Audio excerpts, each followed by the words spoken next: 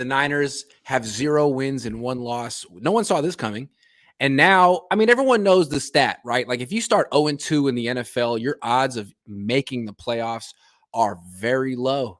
Very few teams pull it off. So, lots at stake for the 49ers this week. Home opener, they're playing the Seattle Seahawks. But before we get to that, the fact that to me, I was there. It felt like the worst loss of week 1, the most embarrassing loss of week 1.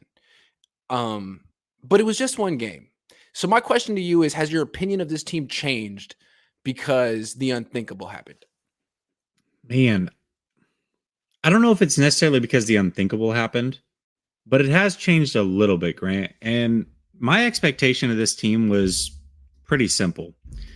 It was Trey Lance is not ready to go out and win games yet. Right. My expectation is by the end of the season, he will be there. That is why you play the kid, right? Right. So, and that's what Nick Bosa said, right? Like his job is to not lose the game. That's what he said before the season, right? Don't make the big mistake. Yep. Exactly. Yep.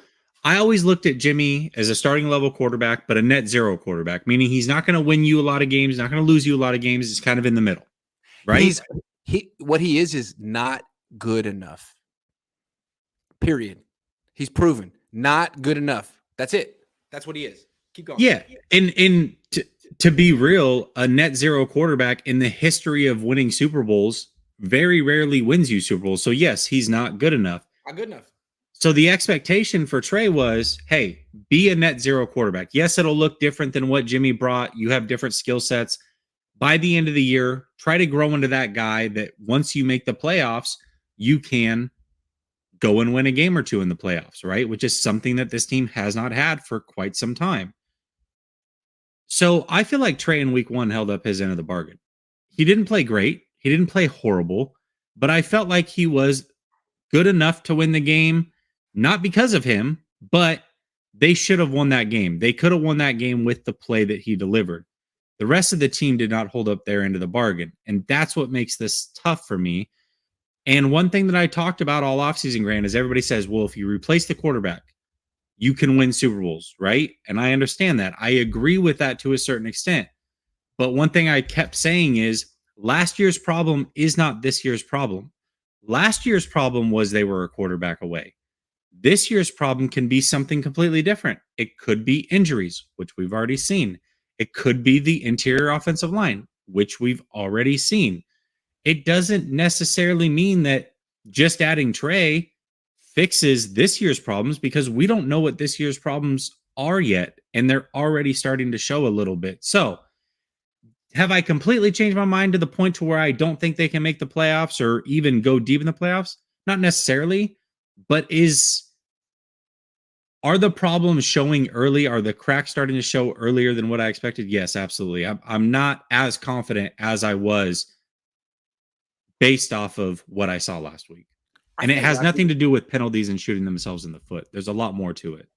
I feel like last week was predictable when you look at the fact that Kyle doesn't do a good job of preparing his team for week 1. Like he's 2-4 lifetime week 1. He doesn't really take preseason seriously. His training camps are light. I think that's his pattern. So in retrospect, it was almost predictable. But what alarms me about this team is they lose 1 game and all of a sudden you're getting reports that like there's people in the locker room that want to go back to Jimmy after 1 game. And that was always my question with this team is like, how cohesive could it really be? Like it's unprecedented to have a young unproven kid replace a starter and have the starter be the backup. Can you tell me when that's ever happened? Palmer and Kitna, I think, is the only one that I can remember off the top of my head. Yeah, but Kitna, how long had Kitna really been? That's not, but it's not, like listen, it was a very different situation. It's not like Kitna was for Cincinnati. Like Jimmy's been the starter for 5 years. They had playoff runs, and now he's the backup. I mean, it's awkward to say the least, and it's unprecedented. And I feel like there's a lot of bad feelings. But even in that scenario, it came out later that Palmer hated that situation. He resented the front office for making that decision. He didn't want that to happen. Like in the beginning, he made it seem like it was a good thing and he loved it and whatever. But later on, he admitted that he didn't like that situation. Anyway, all I'm saying is like there's one loss, and all of a sudden the Niners and Trey Lance in particular are like they're just like in this shitstorm, like the middle of it. And like they're the most second guessed team in the league, the most second guessed head coach, quarterback. Like they lost one game. They always lose week one. They typically lose week one. They almost lost to the Lions week one last year. Can we like pump the brakes? But the problem is, I feel like part of the issue is the locker room. Like, I don't really know, but like, how solid is this locker room? Is this team going to give up on itself before it really gets going and goes back to Jimmy Garoppolo? Because we're like expecting to Trey to be like a game manager the first half of the season and improve, right? That's what he needs an opportunity to improve, but it seems like he may not get that opportunity if he like loses this week, which is kind of crazy because you're going back to Jimmy Garoppolo. Why? Because he's proven. Yeah, he's proven. He's proven to not be good enough. Is Trey good enough? We don't know, but we'll never know if he doesn't play. What's the point of going back to not good enough? So like I picked this team to win the Super Bowl, but if they don't believe in themselves the way that I believe in them, then what's the point? I'm a little concerned. Yeah, 100%. And another thing too that we have to discuss is, and I've been very big on this and saying that 3 years, 3 years, 3 years. You can't really make a decision. And that's not just Trey, that's like all players. But unfortunately, the 49ers have that in some key positions, right? You've got Banks in year 2, you've got Burford in year 1. So it would be unfair of me to say, hey, you need to give Trey Lance grace, but F those offensive linemen, they better figure it out right now. They deserve that same grace. But the 49ers have put themselves in this situation, right? The 49ers kept Jimmy G, and that didn't only impact maybe what's going on with Trey as far as his mental and his psyche and the team and all these outside reports, but it impacted their ability to go get proven offensive linemen. That's true. So now you've got 3 linemen up the middle plus Trey Lance. I mean, that's arguably the most important part of your team, the 3 that protect him and him at that position, and all 4 of them are learning on the fly. That's not necessarily a recipe for success unless they're all hitting their stride. And they're clearly not. Like, they're just not yet. Here's something too. Like, I guess we all kind of assumed that Kyle would be really good at scheming around Trey's weaknesses and featuring his strengths because he does it for Jimmy. Mm-hmm. But I was really disappointed in Kyle's play calling in week 1. What I liked was his game plan, his script. His script was money. But then once he got into the second half and he lost Elijah Mitchell, I felt like all he did was panic and revert to the Jimmy Garoppolo offense, which was quick, short passes over the middle. Like, that's not good enough, man. You need to really commit to your new quarterback. And you need to be good beyond your script. I trust that Kyle's script against Seattle is going to be good. But what about in the second half? What about when Pete Carroll figures out what you're doing and someone gets hurt? And what are you going to do, man? Because you had a good feel with Jimmy. It doesn't seem like you have a great feel with what to do with Trey. And, one running back goes down and you lose confidence in your entire running game. I don't know. I don't think you can coach that way. He needs to embrace the 2022 team. And the way he coached in week 1 was alarming. That being said, he's won 4 consecutive week 2s, 4 in a row. I expect him to win 5 in a row. I agree with that, but this isn't just a Trey trend. This is a 49er with him as coach trend, right? Jimmy Garoppolo's teams blew 4 10-point leads last year. 3 or 4. For sure 3. I think it might have been 4 though. All right. So that's a trend. And if you remember all last year, we were talking about how I think the first half of the season was like, they can't score any points in the first half. What are they doing?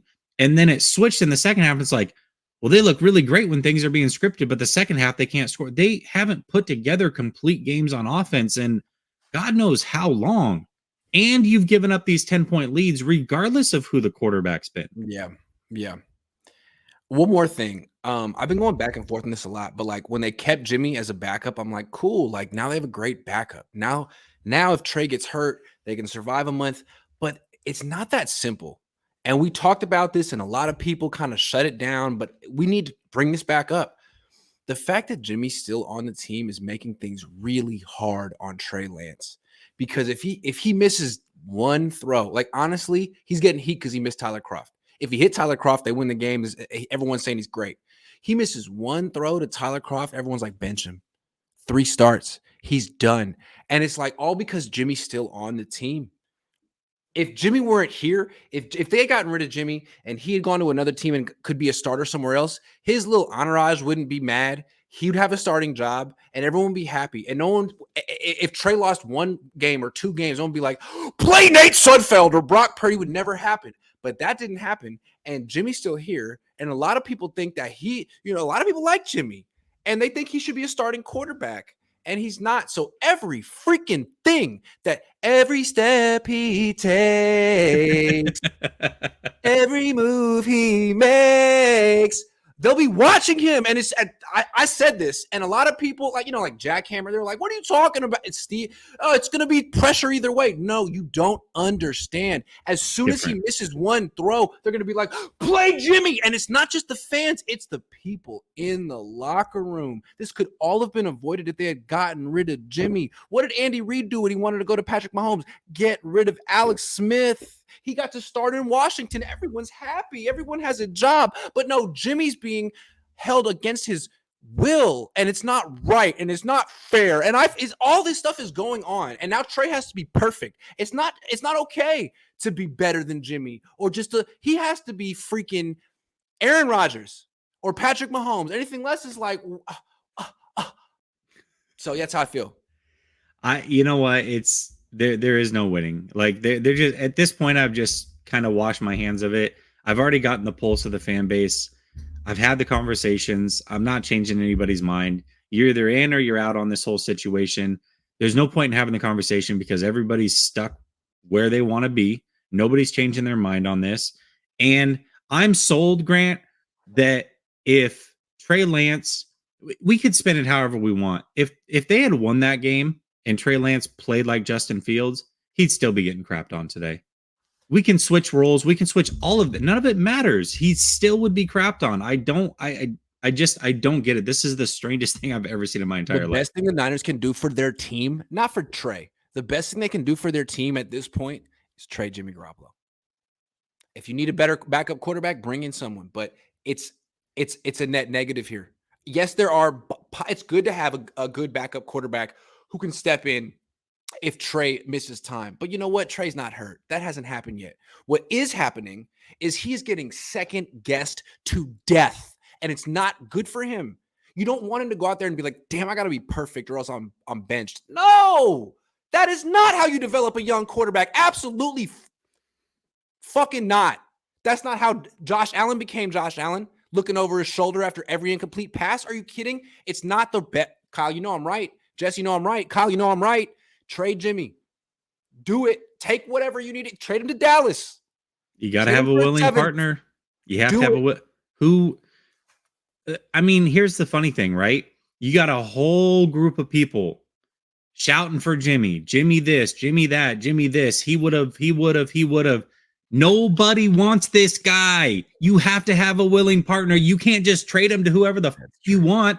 They don't exist, Grant. They don't exist. Hey, every other team is in the situation they're in and they don't want Jimmy. What does that say? They don't want him. They do not want this guy. It's true. I'm telling you. Sorry, but I don't think Jimmy being on the team is helping the situation. No, I don't. It certainly. I don't. But we knew that. We knew that was the case.